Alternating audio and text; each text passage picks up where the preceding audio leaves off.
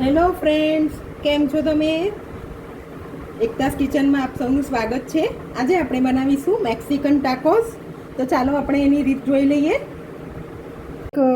એક કપ આમાં પીળી મકાઈનો લોટ આવે છે તે છે, અને 1 કપ મેદો છે. તમે મેદાની જગ્યાએ ઘઉંનો લોટ પણ નાખી શકો છો.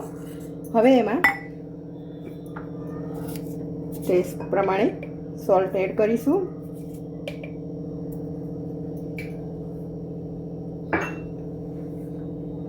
હળદર પાવડર, અને આપણે એનો લોટ બાંધી દઈશું. લોટ મૂકી દઈશું. આ બધું ભેગું કરીને લોટ નહીં કઠણ નહીં ઢીલો એવો રાખવાનો છે.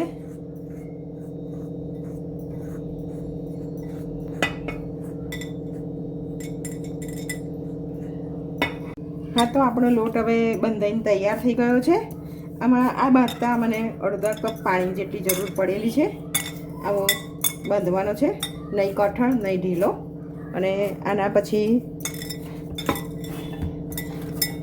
ગુલ્લા પાડીને એને એકદમ પાતળું વણવાનું છે. હું તમને બતાવું.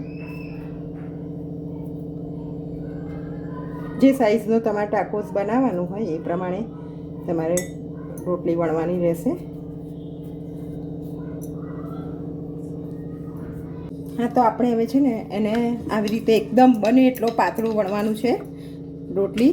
અને પછી તમારી જે ઘરમાં જે તપેલી કે મતલબ જે બી વાડકો હોય તે આવી રીતે એકદમ બને એટલું પાતળું વણીને પછી આવી રીતે એનાથી સેમ કટના બધી જ સેમ જ સાઈઝ બને એ માટે આપણે આવી રીતે કટ કરી પછી એને ઉપરથી સહેજ કાપા પાડી દેવાના, એટલે એ ફૂલે નહીં. આવી રીતે બધા પહેલાં વણી રાખીશું, પછી એને ફ્રાય કરી દઈશું આપણે.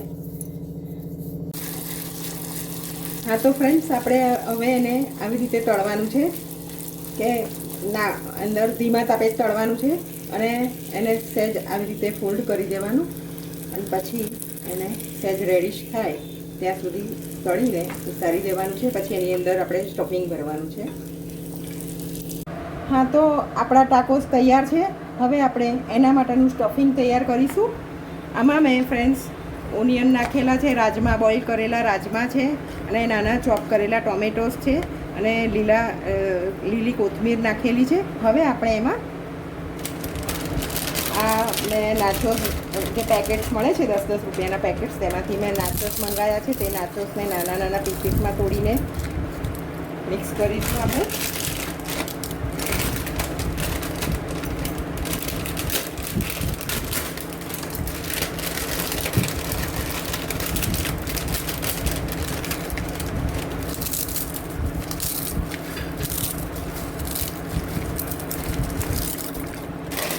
હવે આપણે એમાં મસાલો કરીશું બધો. કોર્ન્સ, ફ્રેન્ડ્સ હું કહેવાનું ભૂલી ગઈ, આ બોઇલ કોર્ન્સ છે, પાર બોઇલ કરેલા છે, તે એમાં એડ કરીશું. હવે આપણે એમાં એઝ પર ટેસ્ટ, મેં આમાં રાજમામાં થોડું ચડવા માટે મીઠું નાખેલું હતું, એને ધ્યાનમાં રાખીને સોલ્ટ નાખવાનું છે. હવે મરચાં પાવડર થોડું, અને એમાં ચાટ મસાલો,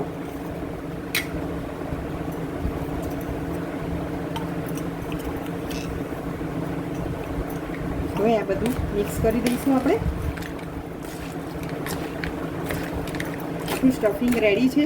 હવે આપણે જે ટાકોસ બનાવ્યા છે એમાં હું તમને બતાવું આગળ કે એમાં છે ને ટોમેટો કેચઅપ લગાવી દઈશું.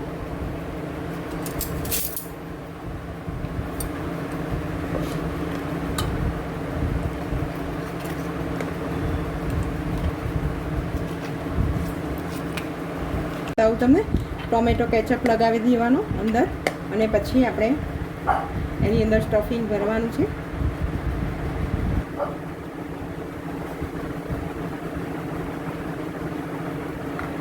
આપણા ટાકોસ રેડી છે. હવે ખાવા માટે તમે જોઈ શકો છો કેટલા યમ્મી ને કેટલા સરસ બન્યા છે. ઘરે જ આ ઇન્સ્ટન્ટ ટાકોસ બનાવ્યા છે મેં. તમે પણ ચોક્કસથી ઘરે ટ્રાય કરજો અને મને જણાવજો કે કેવા બન્યા.